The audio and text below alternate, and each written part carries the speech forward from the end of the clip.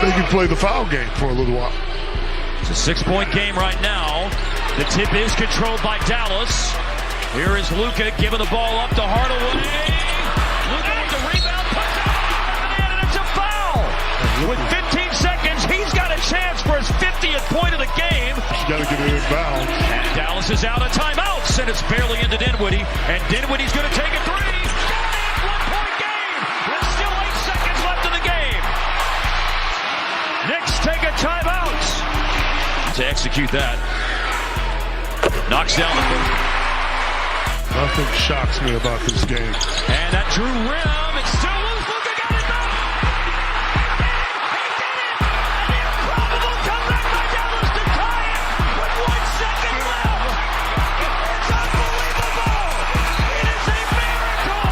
It's overtime. Stranger things have happened. This is nothing but that sports talk. Yeah. I don't know if you want to wear this Knicks fade after the way they've been playing. As I welcome you to this episode, nothing but that sports talk. Rafique, Louison, alongside Ryan Walker. And yes, I know the Dallas Cowboys blasted the Tennessee Titans. We know about everything else going on in sports, and this is basically the last episode of 2022. But before we get to everything else, I mean, how about the New York Knicks as they lose 5 in a row, which was highlighted by that highlight that I just showed you at the beginning of the show with Luka Magic coming in full effect. Thoughts? That's the Knicks. No, that's not Knicks. It's not the news. You don't throw a 9-point lead in 30 seconds left in the game. You don't do that. Oh, that's a small part of the question you asked. What is this, March Madness? What is this, March Madness or the NBA bubble? Oh wait, it kind of is. The Knicks have written the book over the last 35 years for basketball on how every which way to lose. So nothing, of course that's egregious to lose that lead, but nothing shocks me with them because I've seen it all with them. But the whole totality with them, me as a Knicks fan, regardless, is this is what the Knicks are. This is what I was trying to explain to the guy who had me saying, he good friend of mine, and he's so caught up that the Knicks could be a 4 seed or a 5 seed and above in the East. And I told him, no, they cannot. And they're not going to be, because this is going to be them all year. They'll win like 8 straight. They'll do 6, 7, and then they're going to lose 5 straight. And regardless of what, now we can be fair. In the Mavericks game, RJ got hurt. Yes. Brunson got hurt, so he only played about 2 minutes, and the Brunson got hurt in that game, and Brunson and RJ did not play last night against the San Antonio Spurs. The Knicks probably still have enough collective talent that they still should have won the game anyway, right? And even though those 2 guys were out, the Knicks, like you said in the Mavericks game, developed a enough lead at the end of the game that you're supposed to capitalize and win that game, regardless, But this is just the totality of them, of where the team is, where they're really good, but they're still not there yet. And that's why I think they're just like, however they get that star, however it happens, somehow, some way, they're 1 star away. That separates. Like, put it in retrospect. The Knicks had the second longest winning streak in the NBA this year. Brooklyn now has that. They've won 9 or what, maybe 10 maybe going into 10 in a row, right? Mm-hmm. The Knicks have 8 games won in a row. However, that seems like an anomaly and an afterthought because they lost 5 straight right after. You understand? So and it's like the 5 losses will come against bad teams. Okay, Philadelphia and Dallas Mavericks, fine. We expected them to lose those games, so it's whatever. Toronto, they're trying to teach the New York Knicks to get they're trying to get into the playoffs. They're not that far away for the top. They're not that far away for a possible playing tournament spot. The Chicago Bulls, they're kind of hungry after against Molten Chicago. So even though so it doesn't matter whether you have a bad record or a winning record. If you're familiar with defeating the Knicks, you're familiar with defeating the Knicks. That was my argument and fight with him in the offseason. And he was like, I said, well, if you're telling me they're a 4 seed, then you're already, because he had this was some of his. Let me just put some of his ideologies out there. He told me Boston, what they did last year was a fluke. He said the Celtics run was luck. They got in the finals. They should have. This is what he told me. I said, "Are you crazy? What is wrong with them? What is wrong with them? What type of idiot said that the Celtics run was luck?" He brings up all the conspiracy theories. The Celtics got that far all the way up to the finals because they played together as a team and they were hungry and redeeming themselves from those earlier playoff losses. Like they redeemed themselves from losing to the Nets. They redeemed themselves from losing to the Milwaukee Bucks. They redeemed themselves from losing to Miami. But they had no experience. This roster alone, they had no experience against the Golden State Warriors team that's been to how many finals? They went like Tatum was in a higher level. Brown was in a high level. They brought back Al Horford. We know how good the Celtics can be with Al Horford on the roster. So I don't know what his problem, but getting back to the New York Knicks, this is just, this isn't the worst thing in the world. I mean, we know the streak's going to end, the losing streak's going to end eventually. They got the Rockets, and then next week, obviously they're going to lose to the Phoenix Suns. They might lose to the Rockets. Really? What? The Knicks have not lost to the Rockets in 3 seasons. Let's be real. The Rockets. I hate when you give me those stats. I hate when you do those type of numbers to me because after that, okay, the Phoenix Suns, fine. But then the San Antonio Spurs, we know the Knicks struggled to lose in San Antonio. You've seen it in 99, and you're seeing it now. They only won 1 game in San Antonio within the last 9 tries. And that was last year or 2 years ago, right? Remember when they finally broke? Come on now. So the Knicks always lose to San Antonio, so yeah, we can't. So yeah, someone told me don't get overconfident about the beat San Antonio. But I know you hate when I break the stat, but it's actually reality, Ryan. This is the type of reality that we've been living in for years. I've been watching the Knicks since 2005. 2005. I've only seen 4 or 5 playoff appearances. You've been watching them since you were born. You see the Knicks blew a 12-point lead against Reggie Miller in the playoffs. 8 points. How does this meltdown with 30? How does a 9-point meltdown with 30 seconds left in the game compared to the meltdown they've had in the playoff game against Reggie Miller's Pacers? Well, Reggie Miller's thing was more impactful because it was postseason. Mm-hmm. You know, I'm telling you, man. I am just when guys said I'm more impressed that Luka has 60, 20, and 10 than the fact that the Knicks blew. That's what they do. This is nothing new. This is what the Knicks do crap like this. They just do it. It's unacceptable. I hope they learn from it, regardless of whether who wasn't there injury-wise. You're up 104 to 9, or what was it? 104 to 89. I believe it was 112. I believe it was like 112 to 103 or something like that. You gotta win the basketball game. Case closed. But this is why they're gonna be what they're gonna be. They're not better than when I talked about it with the conference. I said they're not better than the Celtics. They're not better than the Bucks. They're not better than the Cavs. They're not better than the Sixers. They split. Well, the first game they beat the Sixers. They didn't really have a roster, so yeah. I don't give a damn what the matchup is. Roster-wise, they're not better than those teams. All right, look, we're talking about lower echelons. Toronto is lower echelon, but they're a good ball club. They struggle with a team like that. That's just young and scrappy with no stars. We beat Atlanta once. Yeah, we beat Atlanta in the game that DeJounte Murray didn't play. You understand? When he got hurt. Atlanta, when they get healthy, is going to be. I mean, I hear Trae Young and the coach and what's the coach down there? Nate McMillan are having issues, quote unquote. But regardless, when Murray comes back, that makes Atlanta a force. Miami is in a regressing year, but there's still somebody to be concerned about, especially the way they do play basketball. So nothing is even guaranteed for the Knicks in that lower echelon. They went from 6 to underneath 5 to 8th in a blink, because that's how close that lower part of the East is. And that's, like I said, no disrespect, the East is good all across, but it's really the Bucks and the Celtics are the echelon in the East. But it's really the Bucks, the Celtics, the Cavs, the Sixers, and then everybody else. I'm sorry, and Brooklyn. Brooklyn is when they're doing, and we'll get to that, when they're doing that, that's the team that'll give a Milwaukee or Boston where they're gonna have to be like, yo, we gotta pay attention to those guys again. But if they can't play like that level all the time, they won't put any fear into those two teams who are the echelon of the East pretty much right now. Mm-hmm. Exactly. I mean, this is the way the Knicks operate. They find ways to lose, and you know what? Yes, we will get. You know what? You're the best special guest to talk about.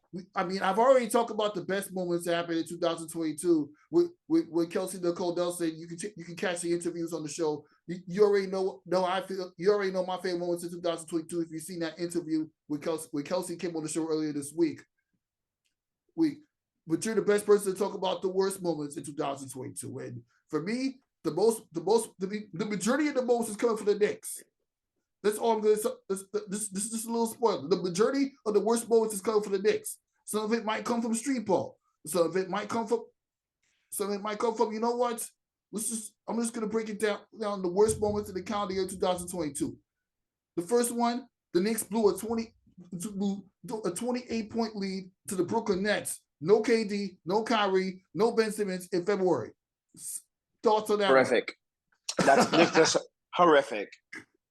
Absolutely just egregious, horrific. What? You lost a 30-point lead to the G League Nets? Just stop. Nothing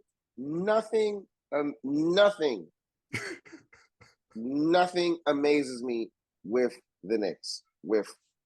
They lost by 60 points in 10 seconds. I believe it.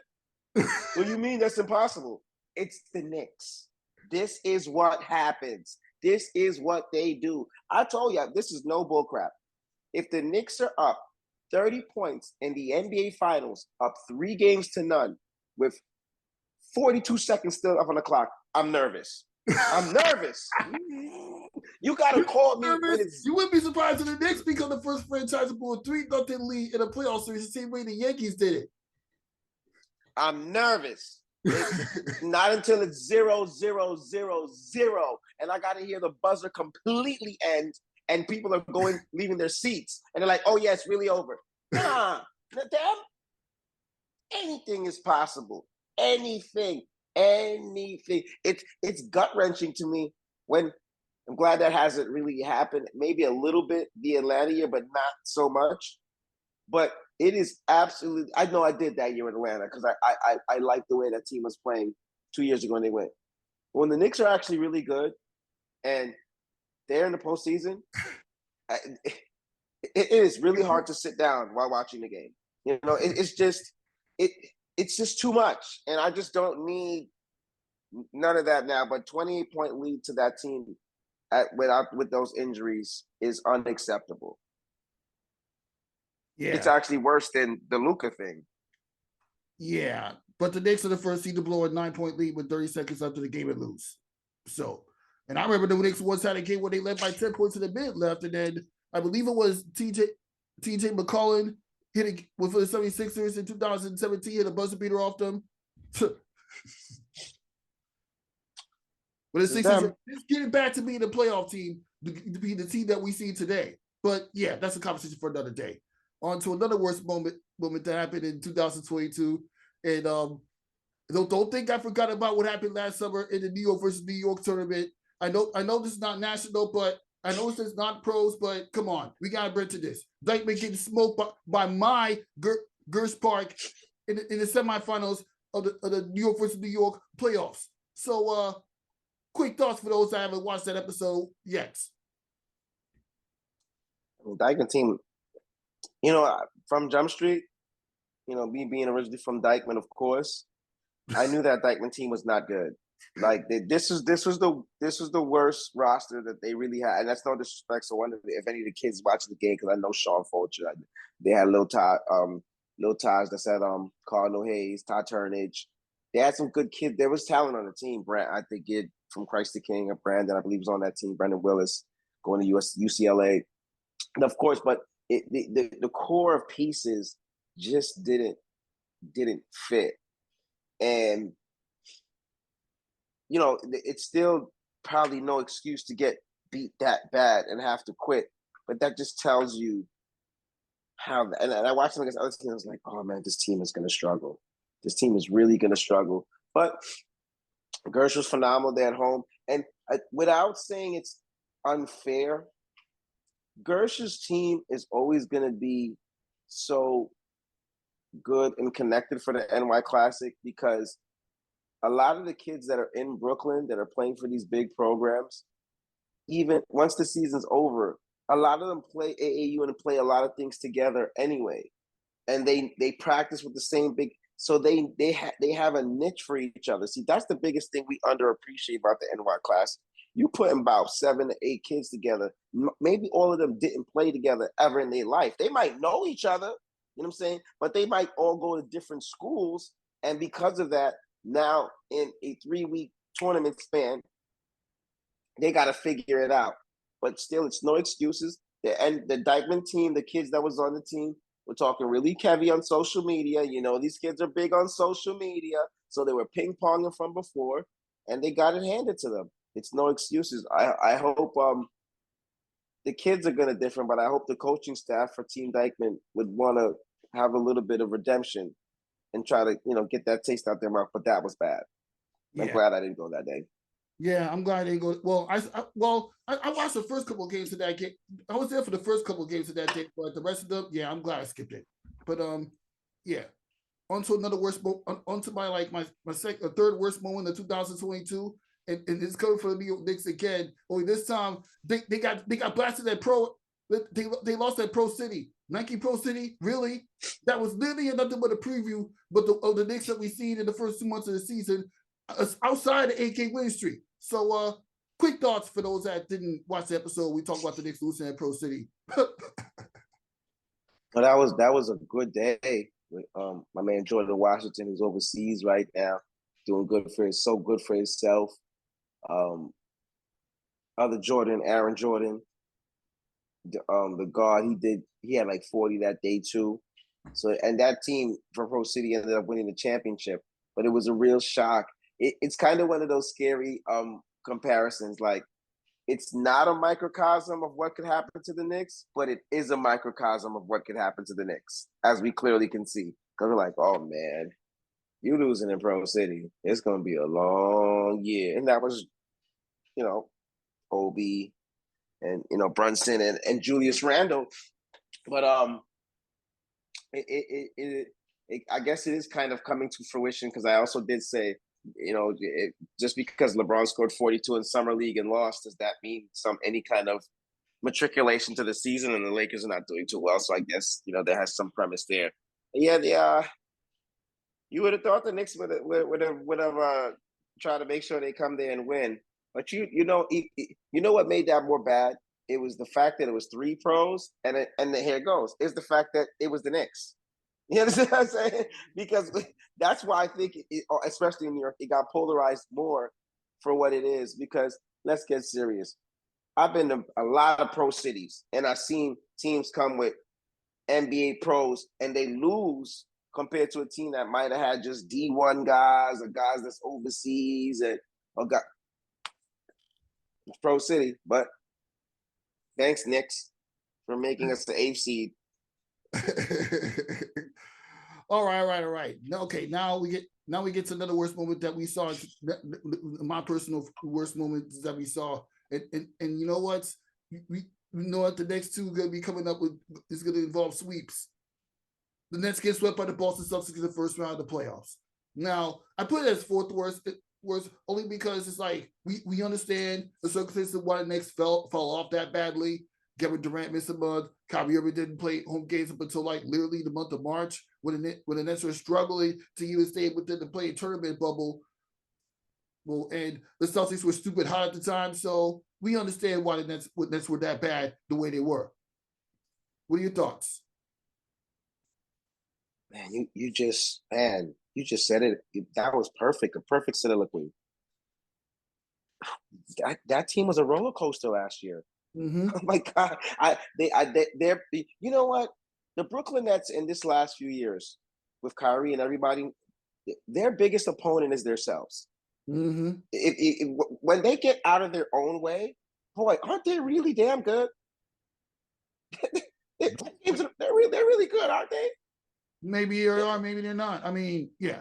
Well, when just look at it, like I'm saying, when there's no controversy, when there's nothing going on, when guys are not missing games, when everybody's healthy and they're gelling and they're playing, they win 10 straight. One little bad thing happens, it turns everything wrong. That's what was wrong with that team last year, with a lot of changings. It was just a lot, and they ran into a really good Boston team when Brooklyn kind of didn't have an identity of themselves. And it's a tough sweep, but I hope they use it as some type of fuel, because they'll have to go through either Boston or Milwaukee to get what they want, and it's right there for the taking. But that's still kind of bad to not at least win one game without a multitude of talent that was on the court. And this is the same Celtics had the Nets defeat in the playoffs a year prior to that when they had James Harden and everybody was healthy. But the Nets have had a tough time staying healthy. But luckily they had a 10-game winning streak in the month of December, which we'll touch upon later in the show. So you can expect the Brooklyn Nets to be at least get out of the first round, at least regardless of who the opponent is, even if it's the New York Knicks. But that's a conversation for another day. But on to another most movement that I saw earlier this year. I mean, the Washington Wizards blowing a 54 to 25-point lead against the Los Angeles Clippers, led Luke Kennard of all people hit a 4-point play to win the game. Thoughts? Oh, Jesus. I mean, that's terrible. That's terrible. 54. It might have been. They should have been the Washington Knicks. Only watch the Knicks lose tomorrow by 55. Watch the Knicks do it in 10 days. Watch the Knicks be the next person to shatter that record and lose by 55. They're gonna have 55-point lead one time. They're gonna lose it. Guarantee you that before our lifetime is over, they shall do it, because that 54 Washington 28 in the first half against the Clippers, and they didn't even have their full roster, and they blew it. Only Washington. I do remember that game. Luke Kennard went stupid. He went bizarre, just shooting the Trey Rock. Hey, that 54 is not a good plane ride home. Well, that's just going to show basketball can be unpredictable sometimes. I mean, literally. Absolutely. Oh yeah, and you can't forget about what happened in baseball with the Yankees getting slipped by the Houston Nationals in the ALCS. I mean, just egregious. It's expected because we know the Yankees are not good enough to beat the Houston Nationals. They're not even good enough now, even with Justin Verlander coming to the New York Mets. But let's be real. The Yankees, they stuck up that time. I was at least hoping they win some games in the Bronx, but they couldn't even protect. I was at least hoping that they forced a game 5, but they couldn't even protect a 3-run lead. Talk about bad offense against the Houston Astros. This is completely worse than earlier playoff losses they had to the Astros. So, thoughts? That one for me, for New York, is from everything you said, Dykeman Gersh, like Dykeman Gersh don't hurt me, because it's like, it's Dykeman that lost, but I just know the dynamics of the NY Classic, so that's why I wouldn't like if what would hurt me more of a Dykeman Gersh if it was like 12 Dykeman kids and it was 12 Brooklyn kids, you understand? And then all the kids on Gersh are not from Brooklyn. You know what I'm saying? But if it was like that kind of dynamic, and then it's town and town, and then you lose, then it's like, dag, bigger bragger. It's like, dag, that sucks, But even from all the other ones we're saying, the Knicks with this one, I knew the Yankees weren't going to beat the Astros. My mind, of course, my heart wanted that to happen. I knew that if certain things did go a certain way, they would have an opportunity. But one thing that we did not expect, and that should not have happened, is that they got swept. That should not have happened. They should have at least won 1 to 2 games in that series. But that just shows you the uphill battle that the Yankees have to do. And that's why I talk to my other baseball guy here. And, after the Mets I won't get into that in a second, but after the Mets doing all those acquisitions, the Carlos Correas and all this stuff, I always call him and I say, you won the World Series, right? Well, we don't have to. When's the parade? All right, so we don't got it. Okay, thank you. Because I told him, and I mean this as a Yankee fan, so please have me on record. I don't care about game 1. I don't care about game 58. I don't care about game 160. I don't care about game 161. I don't care what the Yankees do in the regular season no more. I don't care. All I care about is them qualifying for the postseason. Because I watched them win the division. I watched them win the wild card. I watched them do all of that and still cannot beat the Houston Astros. So their problem is not the American League. Their problem is the Houston Astros. So I don't want to hear nothing about, I don't care if they beat Cleveland in the first round. I don't care if they beat Minnesota. I don't care who they beat. They have to figure out a way to beat that baseball team. So their regular season to me doesn't matter anymore because the block they need to break down is them. And regardless of being better, they should have not got swept. That's a tough one, and they're going to have to live with that until they can exercise that demon. And it's sad because Houston, they own us and they love it and they know it. And until, even for Yankee Nation and everybody that's anti, well, I'm going to be very honest, unless you're a Yankee fan, everybody's anti-Yankees. But until they do that, that's always going to be everybody else's cry. The Yankees are good, but you can't beat the Astros. So until, they exercise that, it's fine. But that was absolutely disrespectful to lose 4 games to nothing. Yeah, it really was. I mean, we expect the Yankees to lose, but 9 is sweep. That's pretty much all I can say. They were terrible. One final worst moment for me, and we'll get to your worst moments in sports in a minute. One worst me was the New York Giants getting blasted by the Philadelphia Eagles. 48-22. I'm talking about 2 weeks ago at the Meadowlands. That was disappointing for you? I mean, why not? We all knew the Giants were going to lose to the Eagles, but I was at least hoping they give the Eagles a bit of a struggle. But they got blasted 48-22. Really? Mm-hmm. Thoughts?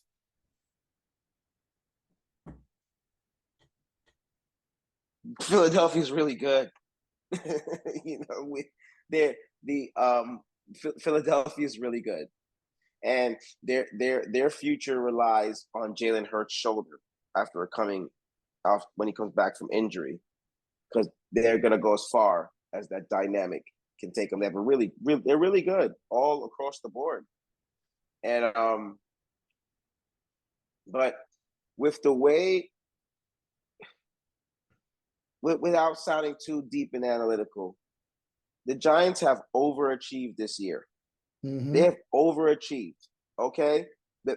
They should not have 8 wins. If you look at the talent on the roster, that's not compared to NFL standards, because everybody is talented in the NFL, right? But if you look at the roster, and you look at the skill and talent players, we really only have 2 skilled talent players in the offensive position, and that's Saquon Barkley and that's Daniel Jones. That's the 2 guys behind your field. We have other guys that have other things, but there's things that we're missing. So with that and the injuries and things that they dealt with, boy, Brian Daboll is doing a phenomenal job with this football team, because no question, the way they play football and the way they're built offensively. The Giants are not built to score 25 and 30 points. You understand? Mm-hmm. If the Giants could ever score 25 and 30 points, boy, they'd probably be the best team in football, because they don't have those skill positions in offense to do that. They have to run the football with Saquon to eat up the clock, also with Daniel Jones and other things in order to be successful. So if you play the Philadelphia Eagles that are good all across the board, and then you're not scoring, and then you can't stop them all the time, especially with the run pass option they do with Jalen Hurts, and how Brandon Scott, they have the other running back, they got a top receiver over here, they have the top receiver who they boned up a season to get him, that could have been our pick, but listen, so they're really good, and that's what happened. That turned into a buzzsaw. So when they started getting routed, I was like, this team is talented. If this would happen, if you play like this is what's going to happen. So no, I hear you. That one was sucked, but Philadelphia is really good. This is why the Giants need to win this week. This way, without they really had to get this victory against the Indianapolis Colts, which we will get to a little bit later. But Yes, I already talked about my worst moments that I watched in 2022. Let's just get to your worst moments because I know you got a lot to say. Of course, Yankees Astros was very disappointing. Believe it or not, I wasn't disappointed because I was proud of their season, but I did want here goes about my white boy coming out of me now. I wanted the Rangers to get to the Stanley Cup. That was I thought they had a really good chance to do it against Tampa, but Tampa's a good. But then again, respect. They're the defending champions. They want to stay in the Cup 2 years in a row. So correct, 100%. So that one was tough. What was I gonna say? Which was a disappointing one. Oh my God, there was one other thing that was just like, what the heck happened here? Oh my God, the Luka one doesn't. That's the Knicks. They do that crap. Duke, North Carolina. Oh, Duke, North Carolina. That was tough for me. That was tough with Coach K on that last one, and that one was really that probably was more hurtful to me than the Yankees Astros, because I knew the Astros were better and they were going to win. I just didn't expect to sweep.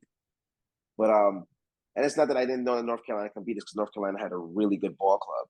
But it's just like, let's get past them so we could try to have an opportunity to win this national championship for Coach K. But it didn't work out that way, and I think that one was disappointing. I had one where I was thinking about. I was like, oh my God, this is such a disappointing loss. Not for me personally, but I definitely know what was disappointing, and definitely in sports, was that New England Patriot game the other day. Boy. Oh yeah, you mean with the Raiders? Yeah, that would suck. I mean, how do you sleep? We already addressed that. But that lateral pass that Myers trying to pass backwards to Mac Jones. And then all Mac Jones can do is just let Taylor go all the way to the end zone on the other side for the touchdown. What was that? That coach had nothing to do with that. You're being coached by Bill Belichick, who's a phenomenal coach. We know he's going to redeem himself. Oh yeah, and then the next week they lose to the Cincinnati Bengals, but who weekend? It's the Bengals. We expect them to lose that. The Bengals. We came back to North Carolina and Duke. I already talked about. I mean, the best part about that was Mike Siskowski's go like literally farewell tour. I said it with Kelsey Nicole Nelson, and she talked about how she will never support Duke because she attended the University of Maryland and she got a master's degree from Georgetown. She even teaches at one of those schools, so she hates Duke like with a passion. Correct. If you don't believe me, just watch the episode. Honestly, unless you're a Duke fan, man, I always choose teams like that. Unless you're a Duke fan, everybody hates Duke. That's just how it goes. Everybody hates Duke. I mean, what you expect? It's a part of the mantra. What you expect? You watch the sports your whole life. You know how Duke holds rolled against Maryland. Oh man, those matchups were intense. And boy, talk about two universities or two fan bases that do not like each other. I mean, they used to be some private brawls behind that. They do not like each other. I'm glad they split them up and put them in different conferences, because that and what made it more epic was the fact that that time, of course, Coach K was there, and who was the famous coach? Gary Williams. Mm-hmm. Gary Williams, such a phenomenal coach. So those made it so much more different. And then kind of what it was like, and I get it. Like Duke was kind of like that pompous, uppity university with the good kids, the really talented upper echelon.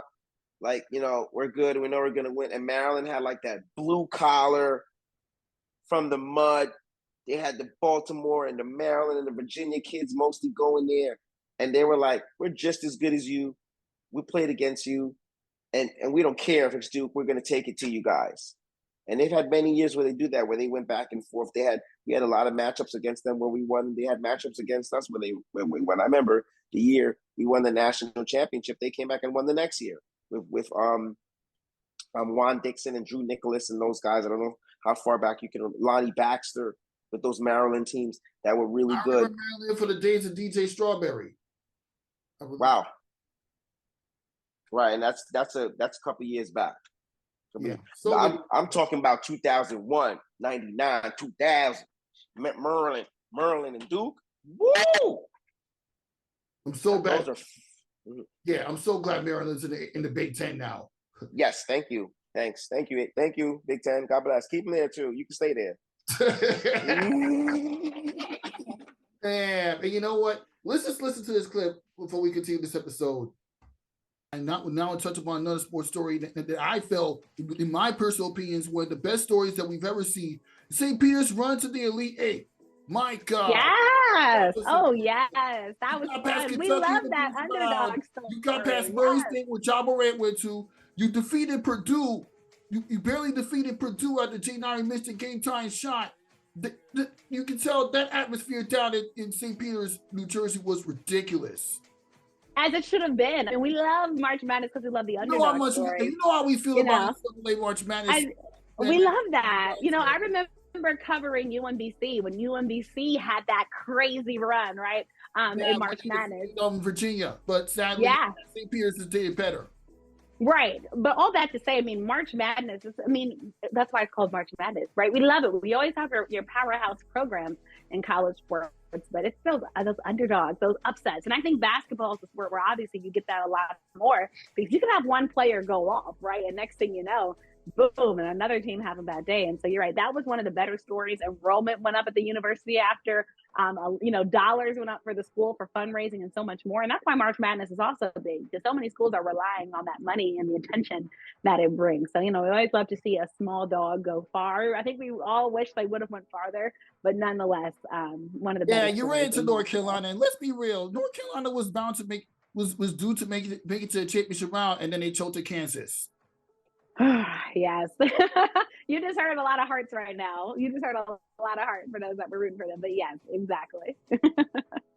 Oh, yeah. Speaking of North Carolina, and now you were just talking about North Carolina College's university itself. I'm talking about Duke, North Carolina. We got to make sure we can't forget about discuss his career-ending loss. Yes. And it was the first matchup between two North Carolina. Now, Kelsey Nicole Nelson, if you follow college, for somebody that you didn't necessarily play college sports. I remember you were when you came on the show the first time, you started playing football after high school, but you attended two high quality colleges in Maryland. But none of them will compare. They've had good rivalries in the old separate conferences, but none of them will compare to North Carolina versus Duke. And it happened in the Final Four earlier this year. Wow. I might be biased. When you saw the whole entire final season from Mike Krzyzewski, what went through your mind? First, let me put a disclaimer out for those that don't know, and I'm actually wearing the color. So this is terrapin red, all right? I went to the University of Maryland, so I never will like Duke, and I have a problem with University of North Carolina always. But all that to say, my personal feelings aside, I thought that was so special. What Coach K did for basketball. Coach K is part of the reason why folks from Maryland don't like Duke, because we remember those epic ACC battles when Maryland was in the ACC. What you expect? Duke is the Colts. Duke is a good team. They have a good franchise. But that's why it's a rivalry. Rivalries don't come when a team is bad, right? Rivalries happen when teams are good, and this is what Duke has done. They really elevated. Coach K helped to elevate the game of basketball. Look at all the great players that he helped to produce. Everybody wanted to go to Duke and play for Coach K. But not everybody does. You went to Maryland. You saw Maryland torch Duke. Oh, of course. But again, that's why it's a rivalry. If Duke ever went down, Coach K wouldn't be having a send-off tour. Why he's having a send-off tour? Duke, yes, obviously he's had a lot of winning, but yes, we've seen some bad games from Duke. And I think that last season for Coach K, he saw some unexpected games for Duke. But all that to say, Duke, when Duke came to town, one, they traveled well, right? Everybody wanted to come see Duke basketball play because he put it at that elite of top levels in basketball. And so I think all that to say, what he did for college basketball, the games that he gave us, the games that you'd stay up and watch because you had to see Duke play, that was Coach K. And I think Coach K, again, one of the just cemented goats of college basketball. And I think college basketball, man, I miss the old ACC. Yeah, that's just a little clip from our last interview with Coach Nicole Nelson. For those who didn't watch it, you can watch the rest of it on YouTube and on Instagram. But Ryan, what do you learn from what Kelsey Nicole Nelson said in the last episode? Oh no, she was very astute, with the analysis and I always tell people that too. Rivalries, it's not a rivalry unless it's competitive on both sides. The Knicks and Nets rivalry. There is no rivalry. We stink, and they haven't won anything ever. But they have more talent on the team. That's not a rivalry. New England and the Jets are a rivalry, and even that's not a rivalry. New England's been kicking the Jets' butt for a long time. I'm saying, but you get where I'm. The Jets had a playoff game against the Patriots once before. Yeah, 700 years ago. But the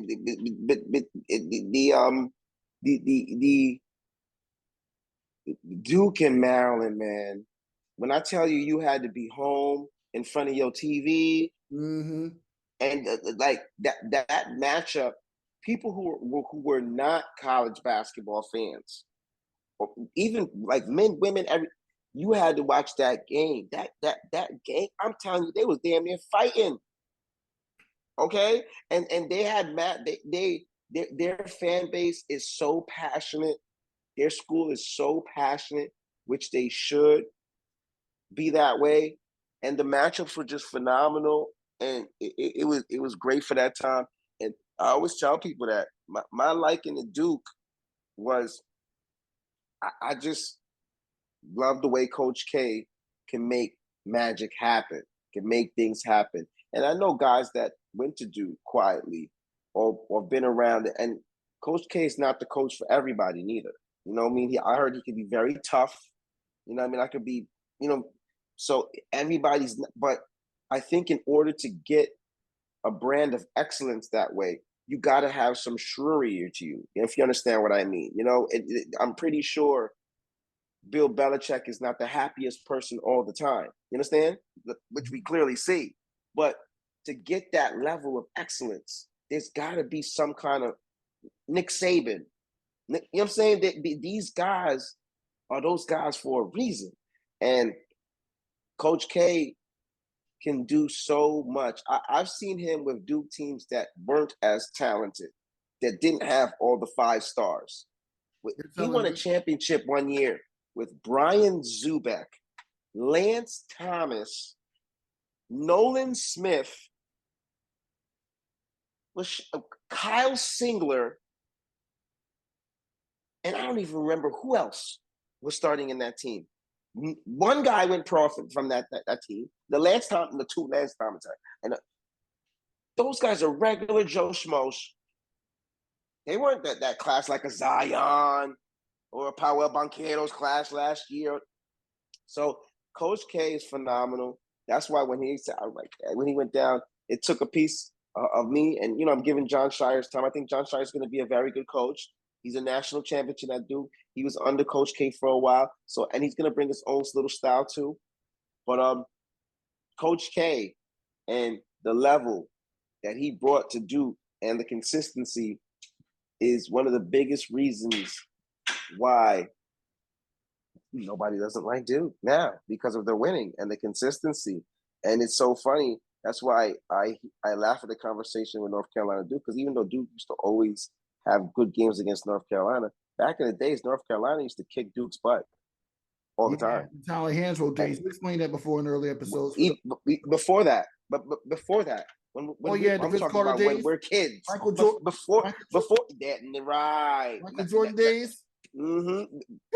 And before that, so telling you, Tommy Amica. So now it's so crazy because Coach K got there in the 1980s, and here goes the crazy part of this: Duke was going to fire Coach K. Mm-hmm. They were going to get rid of him. Jesus Christ, that is the best business decision they've ever made in their life not to do. Could you imagine if they did that? they were gonna the year before it. They're like, and they gave another check because they still believe this. All right, and boy, what a 30, 40-year run, because he changed that whole dynamic. Duke, that used to get their butt kicked by North Carolina, started kicking North Carolina's butt for years. You couldn't do it in the Final Four. Years. But yet you couldn't do it in the Final Four. That was last year. But like I tell people, in the last 20 years under Coach K, Duke was coming across. That was a combination of all the highlight buzzer beaters we've done to North Carolina over the last few years. That was a makeup of Grayson Allen buzzer beater against them. That was the Tyus Jones buzzer beater. That was Austin Rivers, Boston, all those things they did. There was a game one time Duke played North Carolina and was down like 10, 12 points in a minute and 30, and they came back and won. Trust me. Why do you think when we talked about the Luka Magic moment, I brought the joke saying, what is this, March Madness? Why do you think I brought up that joke? Come on now. There was years we were sweeping North Carolina and laughing, beating them 3-4 years straight. Like they can't, and they were mad because here goes the biggest thing. This might sound crazy, and I don't want to sound like a hater. It hurts North Carolina more to lose to Duke than it does the other way around. Because Duke still goes about things in a different type of way. So when we used to beat them and stick it to them, it used to kill them. Because remember, they're supposed to always beat Duke. Stop it. Coach K changed a lot of that. They have a great institution as well too, and Hubert Davis is doing a phenomenal job there. That was the one time they got us there too. Yeah, it took them to the national championship to blow the biggest lead in national championship history. Merry Christmas. Yeah, that's another worst moment we need to talk about North Carolina choking to Kansas. Yeah, too bad Aaron doesn't have time to come on the show. She would have talked about how excited she was about Kansas being national champions this year. She thought that was Miss America when they beat us by 4 points earlier in the season. They posted that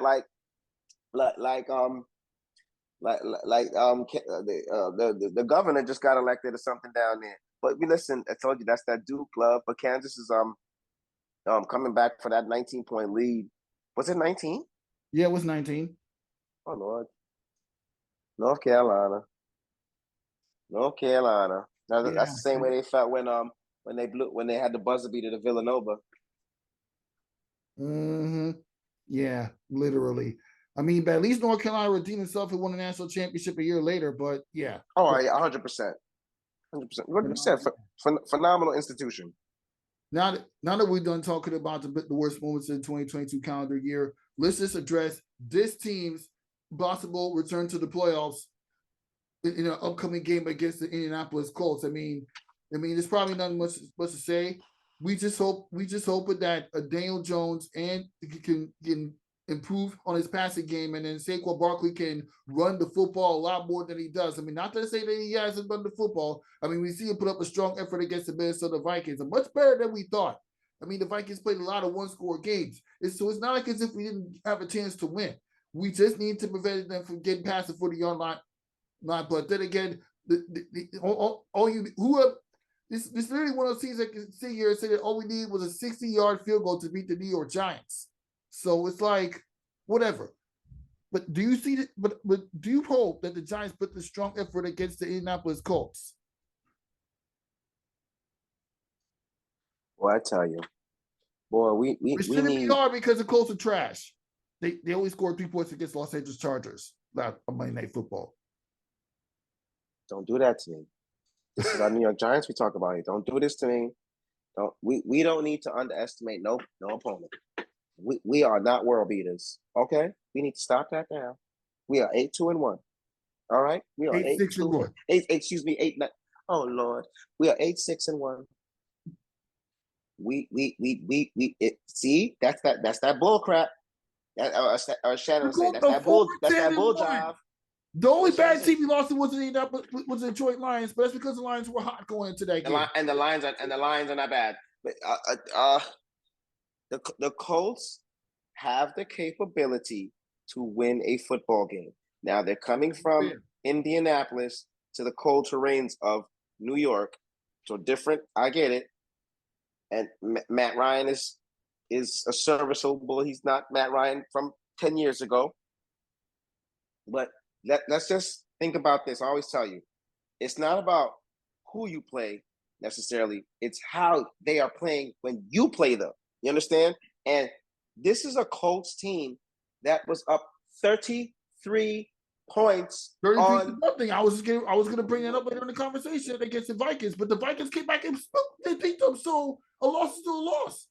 Can the Giants score 30 points consistent? As a matter of fact, I'll do you this favor. Tell me how many times the Giants scored 30 points this year. They never did. Thank you. So this is not nothing. They have to win this game this week. This is the Giants season this week. They're not going to go to the playoffs and beat anybody if they get to the playoffs. They'll probably play the Niners in the first round. That's not or the Minnesota Vikings. That they could win, and even that. But if they don't win this week, they're in a lot of trouble. They have Philadelphia the week after in Philadelphia. They have not beat Philadelphia since Philadelphia got established as a city in the 1700s, for crying out loud. And they you don't want to go into that game when now things are Philadelphia is going to have to play in this next few weeks with or without Jalen Hurts in order to solidify their position at what they want to do. So we need every person that's from New York, that's anything worth of a Giant fan, to be in the stadium, near the stadium, or at your TV screaming, because they have to win this game this week. It is an absolute must. It is not a comfortable position to go into that week 18. Win, you're in. I mean, it's either that, and this is unlikely because it is unlikely. It's either that or the Seattle Seahawks have to lose to the Jets.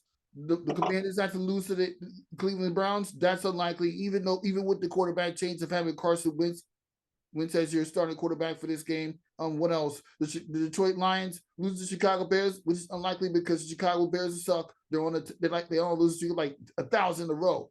So 8 to be exact. 1,000. I thought you were close. Exactly. So those losses could get the Giants to the playoffs too. I don't want to hear about that. Win the football game. Just focus on winning the game. This is the easiest game you have in the final 2 weeks. Win. And they can do it. They have the Colts give up points. They give up a lot of points. They do. Score. Their defense is soft. So that's what we gotta hang our hat on. The Giants have yet to win a game by any more than 8 points this year, any more than one score this year. So that's another thing we need to think about. And they can't get any more than you can't break the 28 barrier when it comes to points. So all they gotta do is just make sure that the defensive coverage slows down Matt Ryan. That shouldn't be hard. Hopefully, Sunday's a big game for them. Huge game. Mm-hmm. All right, another big game. The Dallas Cowboys defeated the Tennessee Titans. That was a good win. I mean, obviously, for the Tennessee sake, you wish Mike come true after all. You might not see him in the playoffs. I mean, to them, this game doesn't matter, but they prepared for the win or go home game against the Jacksonville Jaguars. But sticking with the Dallas Cowboys angle, they're knocking on the door of the Philadelphia Eagles for the top spot in the NFC, which means they need the Eagles to lose against the New Orleans Saints, who are trying to win the NFC South, and then the New York Giants, depending on what happens with their playoff chances, they need to lose that game. So, do you see the Cowboys snagging the number 1 seed in the NFC? No, but they have a good chance. I mean, they beat Minnesota. Philadelphia's game this week is huge for them. I like Gardner Minshew. I think he, Dallas can score, and they played another good team. And the Eagles and Cowboys matchup is so interesting this year because the Eagles beat the Cowboys with Cooper Rush, and then the Cowboys beat the Eagles without Jalen Hurts. Jalen Hurts. So if they play again, which they probably will see each other later on down the road, it'd be very interesting to see with both quarterbacks playing how that matchup goes. But of course, they can absolutely do it. I think Philly will win this week regardless and knock that out, but it's there. And they're knocking on that door, like you said, and that's the last thing you'd want to do with the Cowboys, to give them the number 1 seed. but they probably find a way to lose that anyway. So this the Dallas Cowboys we talking about here. Yeah. But we went over the Dallas Cowboys and their nonsense fans. Yes. But they're knocking on the door, like you said. They have a good opportunity, and everything's now in the world on pressures on Philadelphia to take care of their business this week. Yeah, and you know what? Another team knocking on the door for a playoff spot, the New York Jets, who we already went over their horrific loss to the Jacksonville Jaguars, and they're 7-8. They have to face the Seattle Seahawks and the Miami Dolphins in order to make the postseason. Tua's having a little concussion thing, so the chances are a little better. The Seattle Seahawks is 50-50 because, like we already talked about, it's tough to win in that building. Yep. But we addressed that last episode, so I'm going to pick the New York Jets to win that game. I'm taking that gamble. The New York and me is just doing it. You see, I got the Brooklyn Nets fitted in the New York Giants shirt, so yeah. Yeah, the Jets will be fine. Yes, get Tennessee out of here. I hope they lose next week. I can't stand watching that team. The last few playoffs, this has been horrific. It's horrific. I see a young Trevor Lawrence get in there. I would like to see the kid play. But yeah, I like the Jets this week too against Seattle. I think they should get Seattle. Seattle's playing absolutely horrific. I told you guys to stop saying Geno Smith is nice. He's not good. He does this all the time. He starts off really good. He's won one game since they've been 6-2. Stop it. They better win that game down in Seattle in their home crowd. But I like the Jets' chances, especially since White might play this week and he can actually get the football down the field. But they do have an uphill battle too. They did not make their life more easier by having to just basically clear the table out to get in. So we'll see though. But I do like them against Seattle. Mm-hmm. Even though it's in Seattle. Yes. All right. Now that we're done with the football talk, we gotta get to talking about the Brooklyn Nets 10-game winning streak. Man, they coming in hot. They're in the top 2 of the Eastern Conference where they rightfully belong. You see what happens when Kevin Durant, Kyrie Irving, and a third star and Ben Simmons come together and focus strictly on basketball, not the COVID stuff, not the off-court stuff, not let distractions get in the way, not have many injuries to the top stars. You see what happens when they come together. So thoughts on the 10-game winning streak, and you know, I'm going to be honest with you. This is my pick to win the NBA championship. If they playing like that, I told you, all bets are off.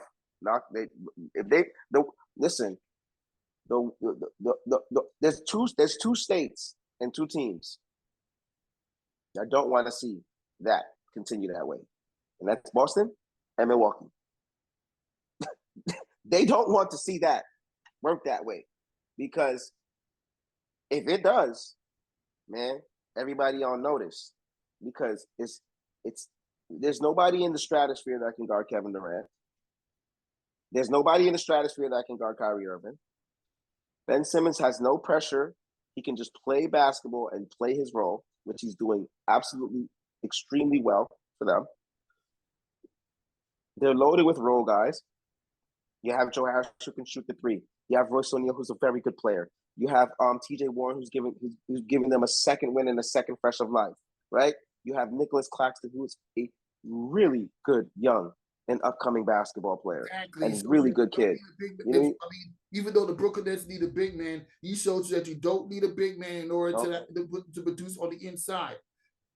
They love Jared Allen, and that's why they didn't want to give Jared Allen away. The Nets loved that guy, but they knew they weren't going to be able to pony up the big money to him that he was going to deserve, but the reason why they could easily let him go is because this kid Claxton, this kid can play, can shot block, rebound. If you give it to him under the basket, you don't got to worry about it. He dunking it. He dunking right through you. He dunking through everything.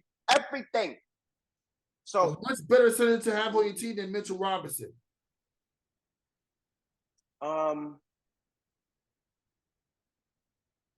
I won't say that. I'll say that Nicholas Claxton has a better future and upside than Mitchell Robinson. They're both still young.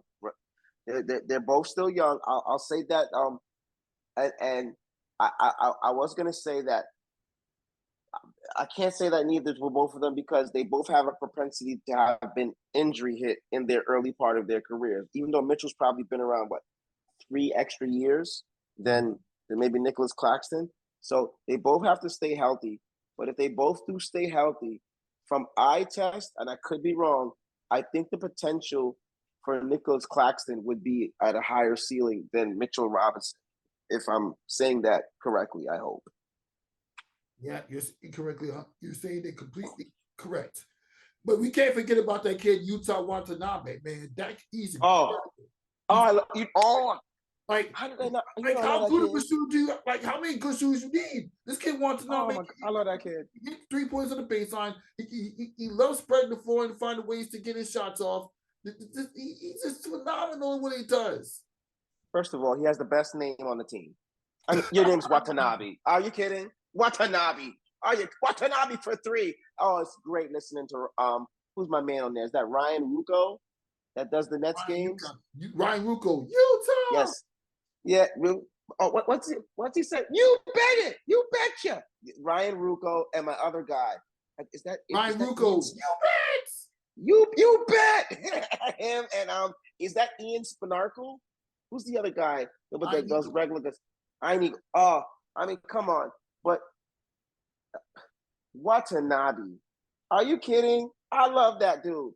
I don't care if he's 0 for 20. Shoot it. That kid that kid has his consistent jump shot. Love him. He doesn't care how bad the team is. He's going to do what he can to keep his teams in games. And it took a little while for this team to get together. I mean, as you saw, for when they got smoked by the New Orleans Pelicans at home, but they finally found a groove.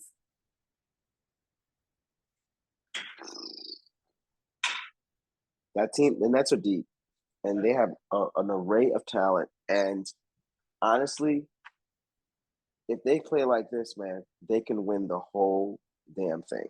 You know how I feel. I don't like to stay to Boston per se, but Tatum and Brown are phenomenal, and that team is really good.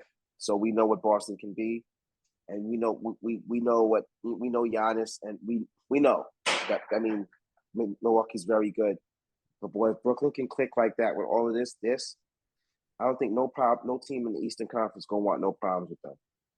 Nobody whatsoever. Especially when you have a Kevin Durant that's averaging almost 30 points per game, Boston beat KD for MVP, and then you have Kyrie Irving averaging 24.4 points per game. That combo is just ridiculous. It's 55 points. Exactly, 55. and most of the wins, they were down by like 17 to bad teams. They were down by as many as 19 to Toronto. It came mad, Kyrie Irving hit a buzzer beater in your face. They were down by as many as 19 to Detroit, but what else is new? The Detroit, they suck. Kevin Durant hits a crazy shot to put them up by 2. And now, even they kind of got lucky against the Atlanta Hawks because, they were without Trae Young. But if DeJounte Murray made that 3-pointer that would have put them up by 2 at the buzzer, we would have been having a totally different conversation about the Brooklyn Nets, at least a little bit. But since they won 10 straight coming into this episode, I can definitely say that they're going to be the team to beat for anybody outside of Brooklyn and Milwaukee because they really love playing together. This is what happens when Kyrie and KD are in sync. Let me tell you something.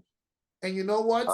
The Nets are not going to lose a game ever again. But if they have to lose, the best chance they have of losing is against New Orleans Pelicans on January 6th because they got blasted by them earlier this year. And you know how I feel about Zion Williamson for those that have been watching my podcast. Well, watching my podcast. I'll say this much. I'm happy that I'm going on the 28th to watch the Knicks and Nets. I think the Nets probably going to beat us by 15, but I'm still going to be there as a Knicks fan. But, if they extend the win streak up until that point, would you want the Knicks to beat them then? That would be nice if they could do that. That would be sweet. But they're just playing so phenomenal. You don't like Zion? I do like Zion. I like Zion. I said I like Zion. If you don't believe me, watch an episode. Watch an episode. I said that Zion Williamson's going to be a dominant force in the league years ago when I did my podcast. No, you did. Yes, you did. when I did my podcast, when I did this show with them, with my two cousins, Mullen and Knox, I mean, Mullen, the guy that I told you about that graduated with his PhD from Adelphi University and also graduated from Bishop Lachlan, and my other cousin Knox, he's been on the show in recent episodes. So as I talked about that Zion Williamson is going to be one of the most dominant force. If not for the New York Knicks, then when any other team that picks him up in the draft. And I remember wanting the Knicks to be bad that year in 2019, so we can be good enough to draft this kid, but they end up selling for number 3 getting RJ Barrett. I didn't mind RJ Barrett. You see the buzz beat against the Boston Celtics. And you know what? Now that we're in the future, and Zion Williamson's playing at a high level, I could definitely say that he's one of the teams that Brooklyn could face in the finals if the pace of these teams continue to go the way they are. Zion is, like you said, he is he's a paragon, isn't he? Mm-hmm. How do you, man? You gotta be a different type of man to stay under the basket when he come down in. I mean, he's an uncontrollable force, and the sky's the limit. New Orleans has really great young abundance of talent. Brandon Ingram is really special to me. Zion, McCollum, their future is bright, and your analysis is absolutely correct. The only thing that would ever stop Zion from not being a star in this league for years is his health. You know what I mean? That's it. If as long as he stays injury free and moderates and keeps his weight like he is now, does well, sky's the limit. Exactly. Because but that's only the highlight of the upcoming games of the schedule. And I'm not gonna say every other game going forward because it's a long season. But you got the Charlotte Hornets, you got the Chicago Bulls on the road. You got a home game against the San Antonio Spurs in between that. And of course you get the Miami Heat on January 8th. They beat Boston on January 12th. That could be the game that could determine how far the streak can go. They could get about 15. They could get about 15 straight, huh? 15, maybe 16. The last time they won 14 straight was in 2006. They lost to the Miami Heat in the second round of that playoffs that year in the playoffs. That was King Carter Jefferson days. And John Paul was there as a player. So the luck of having John Paul on your roster as a coach or a player can stay win streaks like this. And then in the month of January, they have like a 5-game road trip, which features the Phoenix Suns, the Golden State Warriors. Even though they're below average, they too tough to stop on the road. And then there's the 76ers again. So Brooklyn is better than most of those teams. Correct. And you know what? I just have this feeling after this episode, Brooklyn can extend this win streak to 15 or 20 games. Or up until the game against the New York Knicks. I just have that feeling. No, they could do it. They could when they playing like this and the talent, they could do it. It's not astronomical to say that they won't lose for the next 3 weeks. It's very applicable. Exactly. And look at the possible opponents that they could face. I mean, in the Western Conference, the top 3 teams, the New Orleans Pelicans, I already said it, the Denver Nuggets, and the Memphis Grizzlies. Like, any one of those teams could come out of the Western Conference and face the Brooklyn Nets if they go that far. They split with the Memphis Grizzlies. They play all their games. The Denver Nuggets, they were swept last year, but the Nets weren't healthy. This year, we know they could get at least one game for the Denver Nuggets, even with Jokic, the walking triple-double.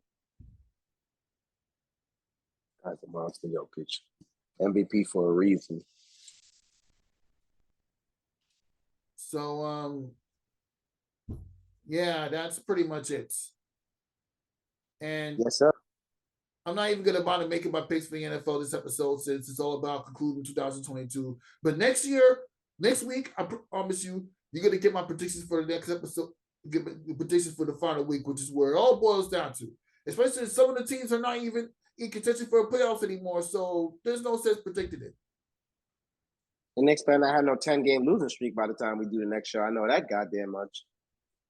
Don't worry. They better find a way to win a game. Don't worry, that's not going to happen. They got the Houston Rockets, and then they got a hosting the San Antonio Spurs. Calm down. Yes. You could have told me they playing South Shore, Canarsie, and Bishop Loughlin, and I probably would have said, man, ain't no guarantees. Ain't no guarantees with the New York Knicks. Yeah. Make sure you're over. Canarsie got a big tournament too. What you told me about. Make sure you're in that gym, boy. Make sure you're in that gym. Okay, you look a little scary with that fade in those eyes. Yeah, you better be in. Boy, I looked at that. I looked at the teams playing. I said, if he don't find a way to slingshot himself in that gym, he is crazy. Crazy. When is that tournament? I'm gonna send it to you. I'm gonna send it, but it's. I was like, oh crap! Let me tell him right away. It's like 10 games. You'll lose your mind. Huh? It's located in Canarsie High? This one is at Canarsie High School. And I believe it's around this time. I think it's a festival jamboree thing, it says. So I'm going to send it to you. And, all the top city schools are going to be there. Canarsie, of course, is playing as well, too. So, I saw Canarsie win. Oh, yeah, speaking of Canarsie High School, I saw they managed to win a game in the Vikings Invitational all the way down in Delaware. And that, yes, sir. Canossie's killing it. And Bo Dinger's they're doing very well. Bo Dinger, you better watch out for Canarsie. Wolfpack. Brooklyn always. A roof for South Shore because your friend Bo Dinger's son playing there for everybody but Canarsie. No, 100%. You got to stick with your guns, but because that's my alumni. South Shore is not my alumni. 100%. But be careful. Be careful what you ask for.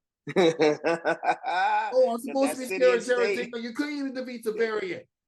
Oh, come on, stop it. They're the city and state champions, okay? And listen, they got the kid Anthony Giltz. The variant in the 19 Switch Classic. What are you talking about? The variant is good. It's a good team. They got the kid.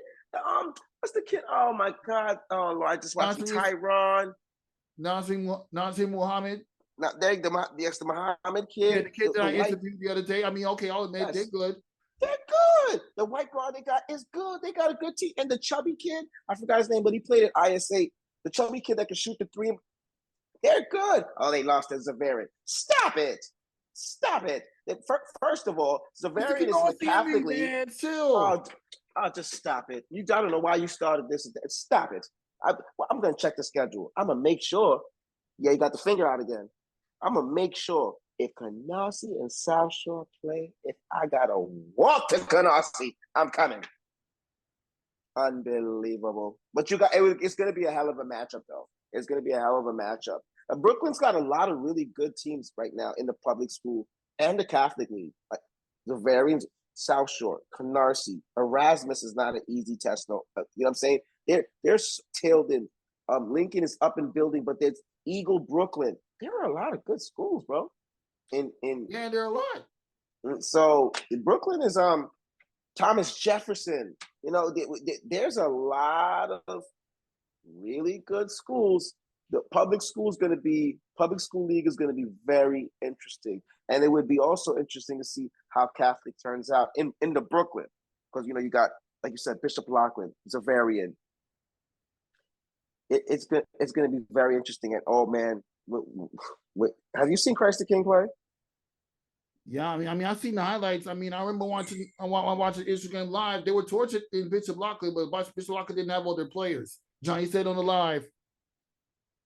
Yeah, but I don't know.